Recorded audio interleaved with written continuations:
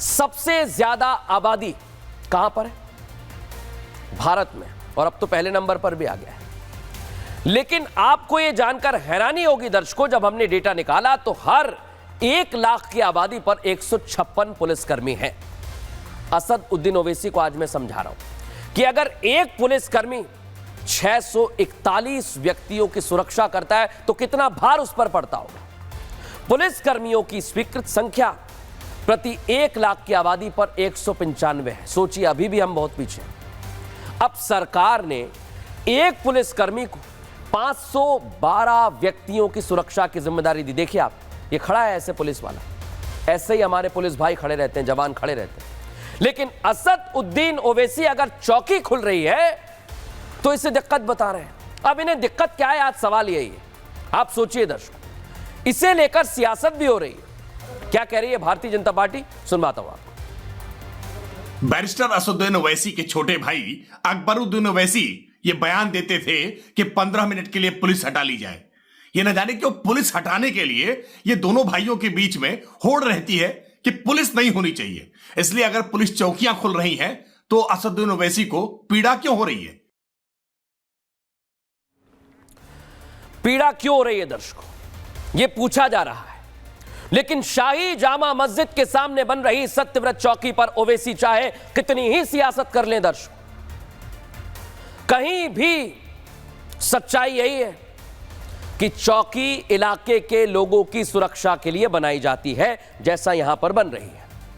अब उसी तरह यहां पर भी चौकी बन रही है कि कानून व्यवस्था पहले से अच्छी हो जाए। लेकिन असदुद्दीन ओवैसी को इसमें भी दिक्कत है, क्योंकि इस इलाके में अक्सर तनाव का माहौल रहता है, इसलिए तो चौकी बन रही है। हिंदू समुदाय के लोग यहां पर आने जाने से डरते हैं दर्शक। अब चूंकि संभल वो इलाका जहां पर मंदिर मिलने लगे, पूजा पाठ होने लगी, भक्तों की आवाजाही बढ़ गई, ऐसे में यह जिम्मेदारी तो है पुलिस की कि पुलिस पूरी सुरक्षा दे। और इसलिए पुलिस चौकी बन रही है ताकि सुरक्षा अच्छी हो, पैनी नजर उन अराजक तत्वों पर बनी रहे।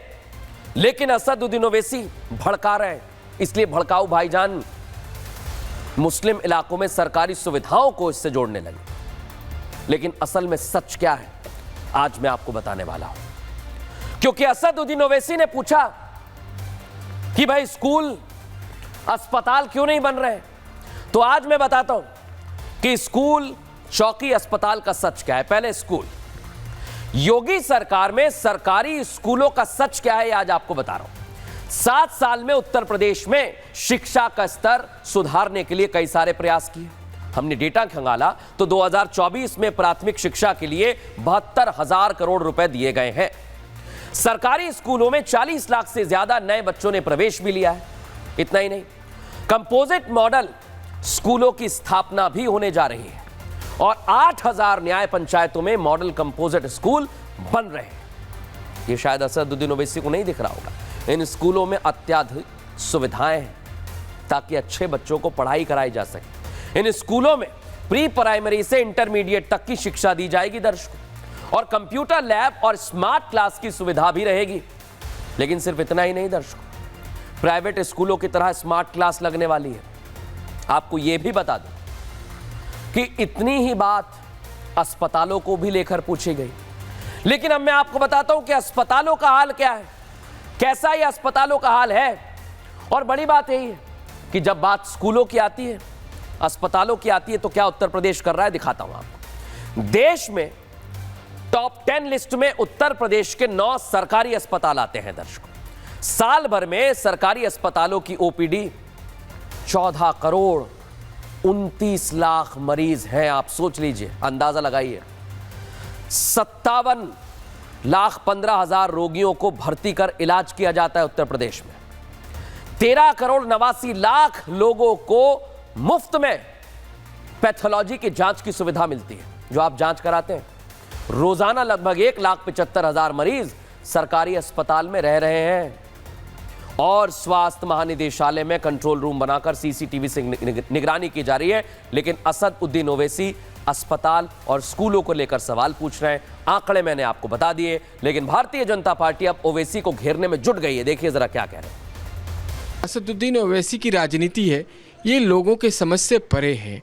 लोग इसको समझ नहीं पा रहे हैं, लेकिन वो अपनी धर्म आधारित राजनीति करते हैं और सरकार पे जो प्रहार करने की कोशिश करते हैं, कम से कम आंकड़े जाके दुरुस्त करें। कितने कॉलेज अब तक खुल गए 10 सालों में, कितने स्कूल बनवा दिए गए, कितने अस्पताल बनाए गए हैं। दर्शकों, संभल में शाही जामा मस्जिद के सामने चौकी बनाने के लिए खुदाई का काम कल से ही शुरू हो गया था। मैंने आपको दिखाया था, ये देख लीजिए, और आज काम आगे बढ़ गया है।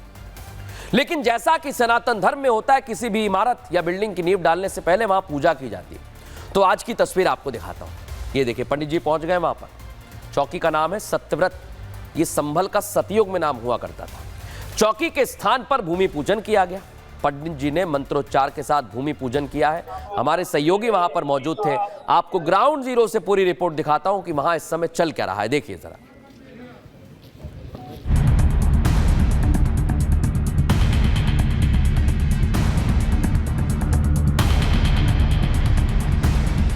हम लोग भूमि पूजन करते हैं। जब वो किसी भी भूमि का गर्भाशय को खोदा जाता है तो उससे अनुमति ली जाती है कि भैया हम यहाँ भवन बनाएंगे, हे पृथ्वी देवी हमको इसकी अनुमति दे।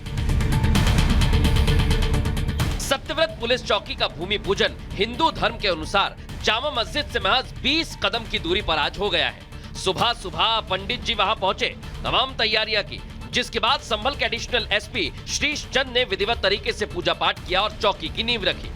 एडिशनल एसपी यहाँ पर मौजूद है और स्थानीय पुलिस स्टेशन के जो एसएचओ हैं वो भी यहाँ पर हैं और भूमि पूजन जो है वो यहाँ पर किया जा रहा है। नींव रखने के लिए जो खुदाई है वो चारों तरफ की गई और अब भूमि पूजन जो है वो यहाँ पर किया जा रहा है। एडिशनल एसपी ने भूमि पूजन के बाद बताया कि इस इलाके में चौकी की जरूरत आखिर क्यों थी। आसपास की संवेदनशीलता को देखते हुए यहाँ काफ़ी समय से एक चौकी की मांग थी एवं अपेक्षा थी कि यहाँ चौकी बने जिससे लोग सुरक्षित महसूस कर सकें। सत्यव्रत चौकी की नींव तो रख दी गई है। अब उससे पहला काम चौकी की बाउंड्री वॉल खींचने का होगा, जिसके लिए ईंटें वहां पर पहुंच गई हैं। ये तस्वीर आप यहाँ पर देखेंगे, ईंटें यहाँ पर पहुंच गई हैं। इन ईंटों के जरिए जो कंस्ट्रक्शन है बाउंड्री का, वो कंस्ट्रक्शन यहाँ पर किया जाएगा। चौकी के जामा मस्जिद के सामने बनने पर ओवैसी जैसे नेता सवाल उठा रहे हैं, तो स्थानीय लोग इसके बनने से खुश नजर आए। बहुत ज़रूरी है और ये बहुत अच्छे कदम है कि यहाँ पे एक स्थायी चौकी का निर्माण पुलिस प्रशासन द्वारा किया जा रहा है। बहुत बढ़िया है, अच्छा है और सुरक्षा के दृष्टि देखते हुए प्रशासन ने, एसपी साहब ने, डीएम साहब ने ये कदम उठाए हैं और बढ़िया ही रहेगा। सुरक्षा के लिए ही चौकियाँ बनती हैं, थाने बनते हैं। पुलिस चौकी जामा मस्जिद के सामने बेहद जल्द अपना स्वरूप ले लेगी। खुदाई के कुछ ही घंटे बाद भूमि पूजन भी हो गया। बाउंड्री वॉल लगाने की तैयारी पूरी हो गई। अब वो दिन दूर नहीं कि जिस चौकी की इतनी चर्चाएं हो रही हैं, वो बनकर तैयार खड़ी होगी और इलाके की कानून व्यवस्था पहले से मजबूत हो जाएगी।